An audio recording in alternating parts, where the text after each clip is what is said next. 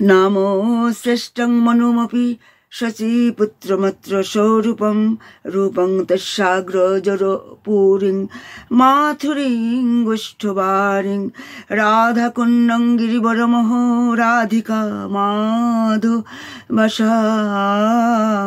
प्राप्तजस्यो प्रथितकृपया श्रीगुरुतं नतोऽस्मि। आनंदलीलामय विग्रहाय हेमाव दिव्य छवि सुंदराय तस्मै महाप्रेम रसो प्रदाय चैतन्य चंद्राय नमो नमस्ते। प्रथमे आमी भक्तिरस पात्र किंचन वैष्णव महाभागवत महापुरुष श्री श्री स्वामी शिवानंद बाबार चरण कमले आमार कोटि कोटि दंडवत प्रणाम। और समस्त रूपानुग गुरुवर्ग गुरु परम्परा और आचार्य वर्गेर चरणे आमार कोटि कोटि दंडवत प्रणाम। और उपस्थित समस्त कृष्ण प्रेम अनुरागी गौर भक्तबिंदेर चरणे कोटि कोटि दंडवत प्रणाम।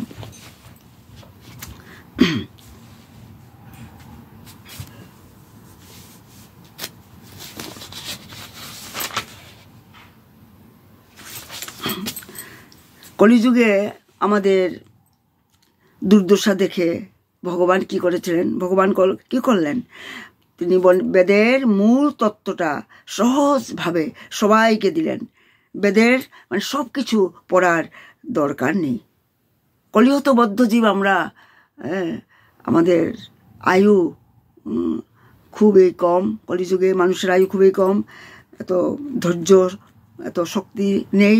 তাই ভগবান কি করলেন, দয়া করে তিনি আমাদেরকে মূল তত্ত্বটা দিলেন। মানে কি, মানে উপনিষদের মধ্যে মানে গীতোপনিষদ এইটাই আমাদের পড়লেই যথেষ্ট। আর পুরাণের ধারায় ভাগবত মহাপুরাণ, ভাগবত পুরাণ, সেটাই মানে যথেষ্ট। এখন এই দুটা গ্রন্থকে আশ্রয় করে চৈতন্য মহাপ্রভু কি আমাদেরকে কি দিলেন, বেদে যে প্রকৃত তত্ত্বজ্ঞান সেটি তিনি এসে আমাদেরকে দান করলেন। সেটা কি, মানে মূল তত্ত্বজ্ঞানটা তিনি আমাদের সে দান করলেন। সেটা হচ্ছে অকলে হয় এক কৃষ্ণ, অকলে এক কৃষ্ণ আর সব ভৃত্য। উই আর দা, আমরা হচ্ছি সেবক আর ভগবান হচ্ছেন সেব্য। ভগবান হচ্ছেন বিষয় বিগ্রহ আর আমরা হচ্ছি জীব, হচ্ছে আশ্রয় বিগ্রহ। তাই তো এতেকাংশ কলাপুংস কৃষ্ণাস্য ভগবান সং, এই যে সমস্ত দেবদেবী অবতারেরা রয়েছেন তারা সবাই মানে ভগবানেরই অংশ এবং কলা, অংশেরও অংশ কলা, কিন্তু কৃষ্ণ হচ্ছেন স্বয়ং ভগবান। শ্রীমদ্ ভাগবতমের শুরুতেই মানে 24 জন অবতারের কথা বর্ণনা করা হয়েছে। অবতারয় অসংখ্যায়, অসংখ্য অবতার আছে, কিন্তু সেই সমস্ত অবতারের অবতারী শ্রীকৃষ্ণই হচ্ছেন স্বয়ং ভগবান। ভগবান অবতার নয়, তিনি হচ্ছেন অবতারী। সেটা সে আমাদেরকে মহাপ্রভু আমাদেরকে জানালেন। আর সেই কৃষ্ণকেই জানিয়ে দিলেন স্বয়ং গৌরহরি, গৌরাঙ্গ মহাপ্রভু। তিনি বললেন আমাদেরকে যার কিছু করার দরকার নেই, আরো কিছুর জানার দরকার নেই, একমাত্র কৃষ্ণের শরণাগত হওয়া দরকার। একমাত্র কৃষ্ণ বলেছেন, নিজেই বলেছেন, মামেকং সর্বধর্মান পরিত্যজ্য মামেকং শরণং ব্রজ অহং ত্বং সর্ব পাপেভ্যো মোক্ষয়িষ্যামি মা শুচ। তাই তো মহাপ্রভু এসে তিনি এই ভগবত ভক্তি রসতত্ত্ব সম্বন্ধে তিনি শ্রী গোস্বামীকে তিনি শিক্ষা দিয়েছিলেন। আর তাছাড়াও তিনি পঞ্চবিধা ভক্তির রসতত্ত্বের কথা বলেছিলেন, শান্ত, দাস্য, সখ্য, বাৎসল্য, মাধুর্য রস। আর মহাপ্রভু রূপ গোস্বামীকে শিক্ষা দান করে তিনি ইচ্ছা মনোবাঞ্ছা তিনি প্রকাশ করলেন যে তিনি এখন বারাণসীতে যেতে চাইছেন। মহাপ্রভু চলি আইলা বারাণসী, চন্দ্রশেখর মিলিলা গ্রামের বাহিরে আসি। মানে হাঁটতে হাঁটতে পদব্রজে মহাপ্রভু প্রয়াগ থেকে বারাণসীতে এসে পৌঁছলেন এবং গ্রামের বাইরে এসে চন্দ্রশেখর আচার্য তার সাথে সাক্ষাৎ করলেন। কারণ আগেই মহাপ্রভু আসার আগে চন্দ্রশেখর স্বপ্নে মানে আদিষ্ট হয়েছিলেন আর স্বপ্ন দেখেছিলেন যে মহাপ্রভু তার ঘরে এসেছেন। তাই সকালবেলায় তিনি মহাপ্রভুকে স্বাগত জানাবার জন্য নগরের বাইরে চৈতন্য মহাপ্রভুর আগমনের তিনি প্রতীক্ষা করেছিলেন। তারপর মানে তপন মিশ্র চৈতন্য প্রভুর খবর পেয়ে আগমন বার্তা শ্রবণ করে তপন মিশ্র মহাপ্রভুর সঙ্গে সে মিলিত হলেন। তপন মিশ্র শুনিয়া আসি প্রভুরে মিলিলা, ইষ্ট গোষ্ঠী করি প্রভুর নিমন্ত্রণ কইলা। তারপর চন্দ্রশেখরের বাড়িতে এসে তপন মিশ্র আসলেন, মহাপ্রভুর সঙ্গে সাক্ষাৎ করলেন এবং ইষ্ট গোষ্ঠী করার পর তিনি মহাপ্রভুকে তার গৃহে নিমন্ত্রণ করলেন। আর বললেন যে আমি একটা বিনতি করতে চাই, যতদিন আপনি এখানে থাকবেন, কাশিতে থাকবেন, মোর ঘর বিনা ভিক্ষা না করিবা কতি। মানে তপন মিশ্র বলে যে কদিন আপনি বারাণসীতে থাকবেন, দয়া করে আমার ঘর ছাড়া আর অন্য কোথাও আপনি ভিক্ষা গ্রহণ করবেন না। সেটা তিনি মহাপ্রভুকে তিনি আবেদন করেছিলেন। তাই সেই তপন মিশ্র যাকে মহাপ্রভু সন্ন্যাস নেবার আগে তিনি তার ঠাকুমার সঙ্গে দেখা করতে তিনি বাংলাতে শ্রীহট্ট জেলায় যে আনডিভাইডেড বেঙ্গল, যেটা আগে তো আনডিভাইডেড ছিল, সেখানে গিয়েছিলেন আর তপন মিশ্রর সঙ্গে সাক্ষাৎ হয়েছিল। আর তপন মিশ্রকে প্রথম মানে এই হরে কৃষ্ণ মহামন্ত্র, হরে কৃষ্ণ কৃষ্ণ কৃষ্ণ হরে হরে, হরে রাম রাম রাম হরে হরে, এই মহামন্ত্র তিনি তপন মিশ্রকে দিয়েছিলেন। আর তখন পূর্ববঙ্গে গিয়ে তপন মিশ্র মানে সেই নাম পেয়ে বললেন, প্রভু এত সুন্দর মালার মতো নাম কোথায় পেলেন আপনি? আমি ধন্য হলাম, শতকোটি প্রণাম আপনার চরণে। কারণ এই তপন মিশ্র তিনি মানে তিনি জানতেন না who is the absolute truth. তার মতে বিভ্রম হয়ে গিয়েছিল, কারণ নানা লোকে নানা কথা বলে, কর্মীযু জ্ঞানী মার কর্মী মার, এইভাবে তিনি বিভ্রান্ত হয়ে গিয়েছিলেন। তাই মহাপ্রভু যাওয়ার আগেই তিনি স্বপ্নে এক মহাপুরুষকে দেখেছিলেন, যিনি এসে বলেছিলেন, আমি আসছি তপন মিশ্র, তুমি চিন্তা করবে না, তুমি আমার সঙ্গে এসে দেখা করবে। তাই তো মহাপ্রভু এসেছেন শুনে, এক মহাপুরুষ এসেছেন শুনে তপন মিশ্র এসে দেখা করেছিলেন। আর স্বপ্নে দেখা সেই যে মহাপুরুষের সঙ্গে সাক্ষাৎ মানে হুবহু সেই মহাপুরুষের এসে, কারণ এই প্রথমবার তিনি মহাপ্রভুকে দেখেছিলেন, সে স্বপ্নে দেখা মহাপুরুষের সঙ্গে হুবহু মিল মানে।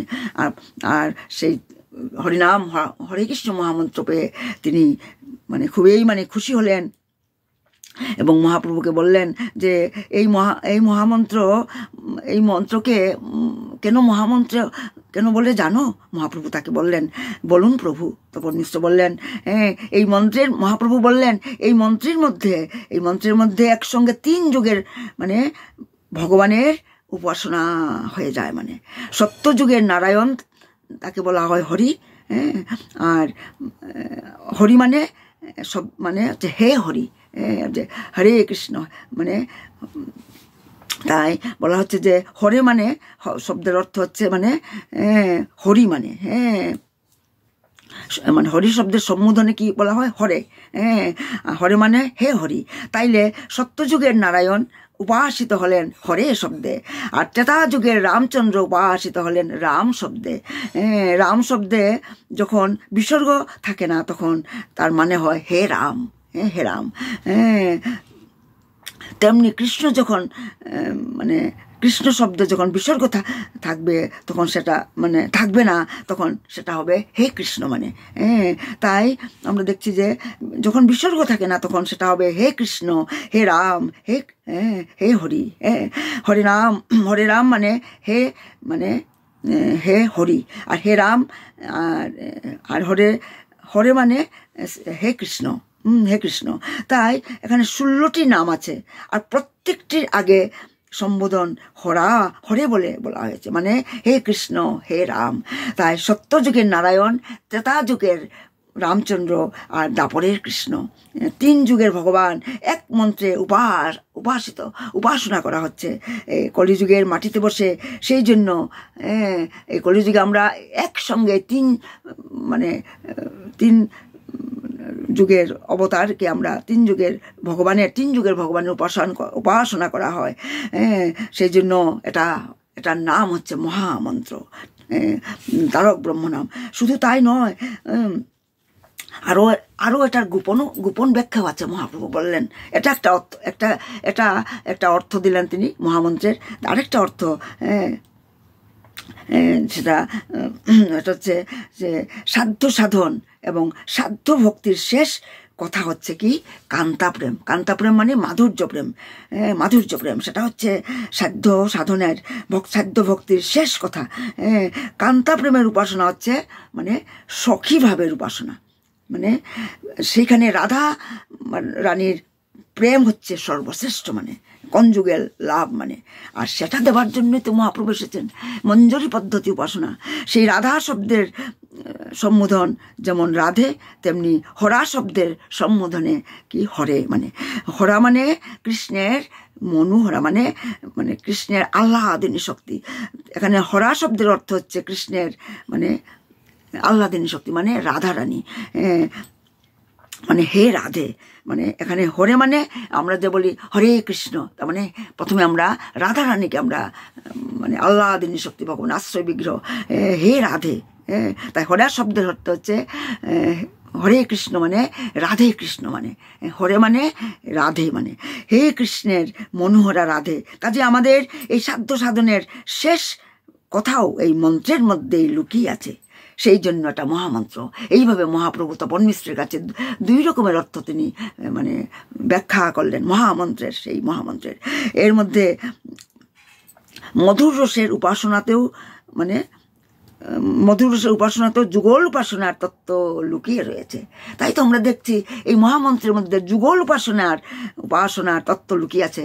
আমরা সাধারণত আমরা শুধু কৃষ্ণকে পূজা করি না, আর শুধু রাধারানীর বিগ্রহ আমরা মন্দিরে স্থাপনা নেই। এখানে আমরা রাধা কৃষ্ণ যুগল, যেভাবে লক্ষ্মীনারায়ণ যুগল, যেভাবে রাম সীতা, শুধু রামকে আমরা পূজা করি না, বা একমাত্র শুধু সীতাদেবীকে পূজা করি না, লক্ষ্মীকে শুধু পূজা করি না, লক্ষ্মীনারায়ণ, রাম সীতা, সীতারাম, আর এখানে রাধা কৃষ্ণ, যুগল উপাসনা। এই যুগল উপাসনার পদ্ধতি মহাপ্রভু এসে আমাদেরকে প্রথম জানালেন। আর হরে কৃষ্ণ মানে রাধে কৃষ্ণ। এই মন্ত্র যখন পেলেন তপন মিশ্র, মনের আনন্দে তিনি ডুবে গেলেন সেই মন্ত্রে।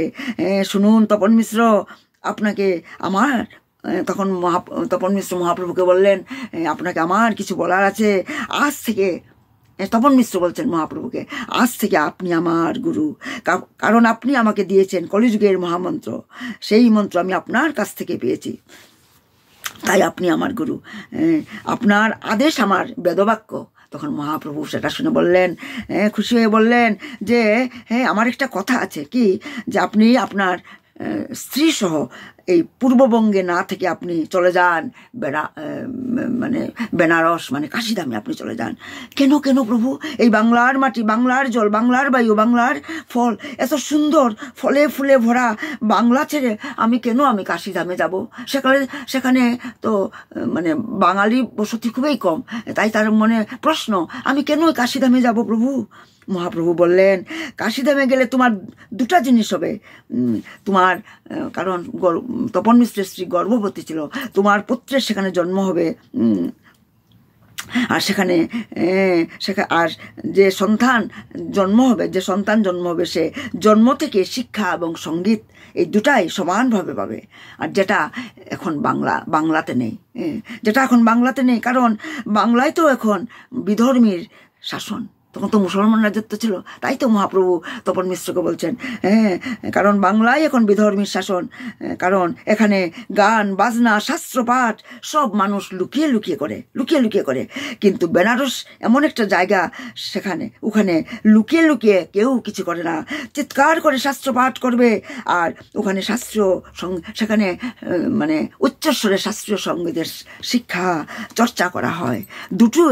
দুটোই ওখানে মানে সঙ্গীত এবং শাস্ত্রীয় চর্চা ওখানে ভালোভাবে হয়। তাই আপনি ওখানে চলে যান। আপনার স্ত্রীর গর্ভের যে সন্তান হবে সে জন্ম থেকেই শিক্ষা এবং সঙ্গীতের মধ্য দিয়ে এগিয়ে যাবে। মহাপ্রভুর আদেশে তপন মিশ্র সঙ্গে তিনি গর্ভবতী স্ত্রীকে নিয়ে তিনি মানে এসেছিলেন কাশিধামে। আর কাশিধামে এসে তপন মিশ্র নিত্য তিনি হরে কৃষ্ণ মহামন্ত্র উচ্চারণ করতেন। আর তার পুত্র যখন বড় হলো, বাবাকে বলল, বাবা আমি একটা কথা জিজ্ঞেস করব, তুমি তো শুধু এখানে আমি দেখেছি শুধু হরে কৃষ্ণ মহামন্ত্র করো। কে দিয়েছে তোমাকে এই নাম? আর আর আমি দেখেছি কাশিধামে কেউ এই মহামন্ত্র করে না, কারণ সেখানে কেউ মহামন্ত্র করে না, তুমি একমাত্র করো। কে নাম দিয়েছে? কে এই নাম দিয়েছে তোমাকে? কার কথায় তুমি করছো? তখন প্লবন মিশ্র বলেছিলেন, হেরে বাবা, সে যে দিয়েছে তাকে আমি আমি আমি তোকে বলতে পারবো না, আমি বর্ণনা করতে পারবে না। তুই যখন নিজের চোখে দেখবি তখন তুই বুঝতে পারবি সে কে। আমরা যখন সমুদ্র দেখি, কেউ যদি বলে সমুদ্রকে কিভাবে কেমন, আমরা তা ব্যাখ্যা করতে পারি না, সমুদ্রের ব্যাখ্যা করা যায় না। ঠিক সেইভাবে তুই যখন যে আমাকে এই মহানাম দিয়েছে, মহামন্ত্র দিয়েছে, তুই এসে যখন আসবে দেখবি। তাই তো মহাপ্রভু এই তপন মিশ্রের বেনারসে বৃন্দাবন সন্ন্যাস গ্রহণ করে একবার গিয়েছিলেন বৃন্দাবন যাওয়ার পথে। আবার বৃন্দাবন যাওয়া পরিভ্রমণ করে তিনি রূপ গোস্বামীকে শিক্ষা দান করে মহাপ্রভু আজ কাশীতে বেনারসে এসে উপস্থিত হয়েছেন তপন মিশ্রের বাড়িতে, আর এসে ইষ্ট গোষ্ঠী হচ্ছে। তাই আমরা দেখছি কথাই মনুষ্য জীবনের প্রভাব ফেলে। যারা পরমার্থবাদী, তারা গ্রাম্য কথা মানে মান্ডেন টক শুনেন না, তারা দূরে থাকেন তার থেকে। তাই তো মহাপ্রভু রঘুনাথ দাস গোস্বামীকে বলেছিলেন, গ্রাম্য কথা না কহিবে, গ্রাম্য কথা না শুনিবে, না বলিবে। কারণ যারা ভক্ত তারা কোনো সম্প্রদায় ভক্ত হয় না। আসলে যে ভগবানকে ভক্তি করে সেই হচ্ছে ভক্ত, যে ভগবানকে বেশি প্রেম করে সেই হচ্ছে বড় ভক্ত, রাধারানীকে যে বেশি প্রেম করে সেই হচ্ছে বড় ভক্ত। কারণ আমরা হচ্ছে গৌরীয় বৈষ্ণব, তাই আমরা হচ্ছে রাধা দাস্যম। আমরা যত রাধা নাম করবো, রাধারানীকে যত আমরা রাধারানীর নাম উচ্চারণ করব, ভগবান শ্রীকৃষ্ণ ততই বেশি খুশি হন। কারণ স্বয়ং কৃষ্ণ তিনি রাধা নাম সবসময় জপেন। সেই প্রেম, সেই রাধা দাস্যম, সেই প্রেম প্রদান করার জন্য এই কলিযুগে ভগবান শ্রীকৃষ্ণ চৈতন্য মহাপ্রভু এসেছেন। যে বস্তু আগে কোনো যুগেও কেউ প্রদান করেন নাই, করুণাবশত সেই যুগল মাধুরিমা নিভৃত নিকুঞ্জে রাধাকৃষ্ণ যুগল বিলাস, সেই মাধুরিমার চরম নির্যাস যেটা রাধারানী স্বয়ং আস্বাদন করেন, তা দেবার জন্য চৈতন্য মহাপ্রভু এসেছেন। যা রাধারানীর সহচরী, যে মঞ্জরি, যাদের মঞ্জরি বলা হয়, তাদের উপাসনা পদ্ধতি, তাদেরকে মঞ্জরি বলা হয়। এই মঞ্জরি স্বরূপ উপাসনা পদ্ধতি, তার মধ্যে যে রস রয়েছে, সেই রসকে বলা হয় ভাব উল্লাসারতি। তাই বলা হয়েছে, অনির্বিত চিরাঞ্চরিত করুণয়া কৃপয়া কলৌ সমর্পয়ামি উন্নত উজ্জ্বল রস, সেটাকে বলা হয় ভাব উল্লাসারতি। সমর্পয়ামি শ্রীভক্তি স্বভক্তি শ্রেয়, এই যে উল্লাসরতি, যে সময় কতটুকু আছে, সেই উল্লাসরতি, সেটা রতিটা আবার তিন রকমের। সেটা হচ্ছে সাধারণ রতি, সামঞ্জস্যরতি এবং সামর্থ্যরতি। আর এই সাধারণ রতিটা আমরা মথুরায় দেখতে পাই, আর সাধারণ রতি আর সামঞ্জস্যরতি আমরা দ্বারকায় দেখতে পাই। আর সামর্থ্যরতিটা সেটা শুধু বৃন্দাবনেই আমরা দেখতে পাই, যেটা ব্রজগোপীদের মধ্যে, গোপীদের যে ভাব, যশোদামার যে ভাব, রাধারানীর যে ভাব, সেটা হচ্ছে সামর্থ্যরতি। আর সামর্থ্যরতি সেটা সর্বান্তকরণে, একনিষ্ঠভাবে, যে রতি, যে ভগবানকে ভগবানকে কৃষ্ণকে বশীভূতা করার যে সামর্থ্য, তাই তার জন্য এটাকে বলা হয় সামর্থ্যরতি। কৃষ্ণকে কিভাবে বশীভূত করতে হয়, সেই যে রতিটা, সেটা সামর্থ্যরতি, যার দ্বারা ভগবান বশীভূত হয়ে যান। আর বশীভূত হয়ে ভগবান নিজের ভগবত্তা ভুলে যান, তার প্রেমী ভক্তের পিছনে পিছনে তিনি চলে যান। সেখানে কোনো বিভেদ থাকে না। ভগবান ভুলে যান তিনি যে ভগবান, আর ভক্ত ভুলে যায়। ভক্ত কখনো ভাবে না যে ভগবান হচ্ছেন ভগবান। এত প্রেমের সম্পর্ক, নিঃস্বার্থ, একান্ত সম্পর্ক। তাই তো ভগবান বলেছেন, মানে অহং ভক্ত পরাধীন, আমার স্বতন্ত্রতা নেই, কিন্তু কিন্তু ভগবান হচ্ছেন পরব্রহ্ম, তিনি হচ্ছেন স্বতন্ত্র স্বাধীন, কিন্তু কিন্তু ভগবান বলছেন আমি ভক্তের পরাধীন। এই সামর্থ্যরতির এই যে এই যে সমর্থরতিটা, যেটা ব্রজগোপীরা, তারা তাদের মধ্যে আবার অনেক ভাগ আছে আবার। তার মধ্যে আমরা দেখছি যে যারা মানে এই যে রাধারানীর যে সখীরা, যারা সামর্থ্যরতির মানে তাদের আবার ভাগ আছে। যেমন অষ্টসখী, যারা সেই অষ্টসখী কারা, তারা হচ্ছে ললিতা, বিশাখা, চিত্রা, ইন্দুলেখা, চম্পকলতা, রঙ্গদেবী, তুঙ্গবিদ্যা, বংশদেবী। তারা রাধারানীর মানে প্রধান সহচরী, মানে তাদেরকে বলা হয় মানে প্রিয় নর্মা সখী। কারণ আমরা আগে আলোচনা করেছি সখীরা, রাধারানীর সখীরা 5 রকমের, মানে পঞ্চবিধা সখী বলা হয়: সাধারণ সখী, প্রিয় সখী, প্রিয় নর্মা সখী, প্রাণ সখী এবং নিত্য সখী। আর সাধারণ সখীরা মানে টাইম কতটুকু আছে দেখতে হবে। সাধারণ যারা সখী তারা মানে কৃষ্ণের মানে বেশি মানে কৃষ্ণের দলে থাকেন তারা। আর যারা প্রিয় সখী তারা সমভাবে মানে রাধা এবং কৃষ্ণের উভয়কে তারা প্রেম করেন সমান সমান মানে। আর প্রিয় নর্মা সখী যারা, তারা রাধারানীর মানে বেশি মানে পক্ষপাতিত্ব করে, রাধারানীর সঙ্গে তারা সবসময় থাকে, উভয়কে মানে ভালোবাসে, কিন্তু রাধারানীর সাথে তারা বেশি কিন্তু থাকে। আর প্রাণসখী আবার তাদেরকে বলা হয় মঞ্জরি, মানে তাদেরকে তাদের মধ্যে আবার অনেকে মানে সাধন সিদ্ধ নয়, যারা সাধন সিদ্ধা তারা হচ্ছেন নিত্য সখী মানে।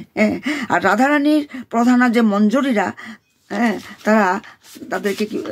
তারা হচ্ছে এই যে রূপমঞ্জরি, রতিমঞ্জরি, বিলাস মঞ্জরি, কস্তুরী মঞ্জরি, মঞ্জুলালী মঞ্জরি, রসমঞ্জরি, গুণমঞ্জরি এবং লবঙ্গ মঞ্জরি। এরা হচ্ছেন অষ্টপ্রধানা মঞ্জরি, মানে অষ্টপ্রধানা মঞ্জরি।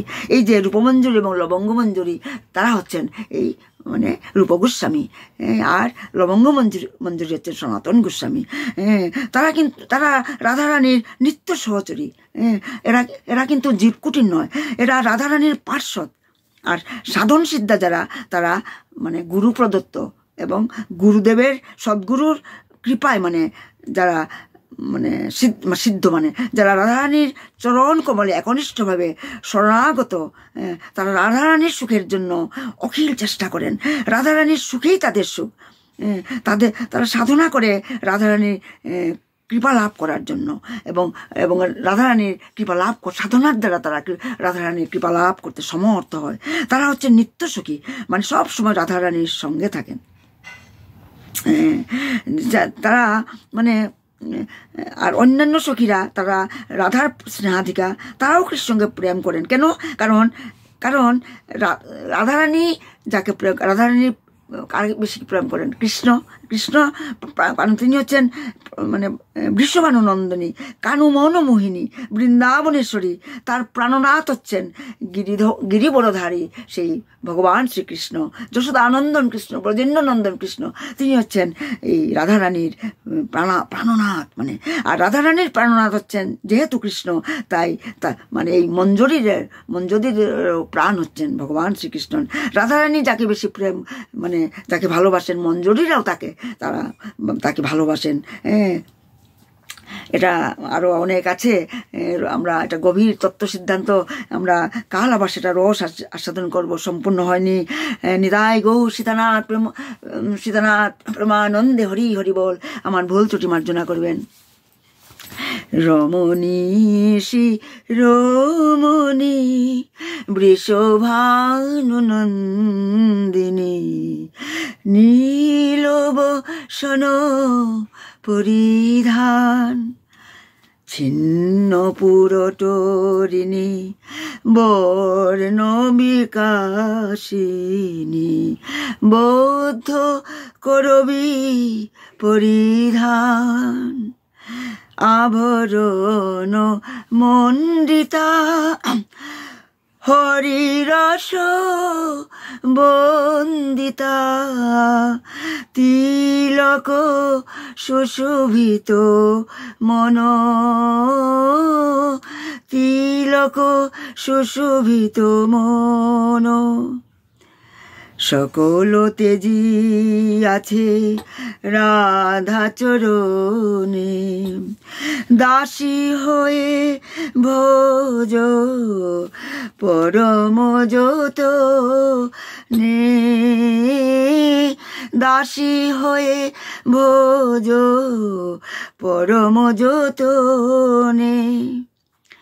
রমণী শিরোমণি বৃষভানুরন্দিনী। প্রণাম সবাইকে, প্রণাম প্রণাম। শিবানন্দ বাবা কি জয়, সৎসঙ্গ কি জয়, প্রণাম। স্বামী শিবানন্দ কি জয়।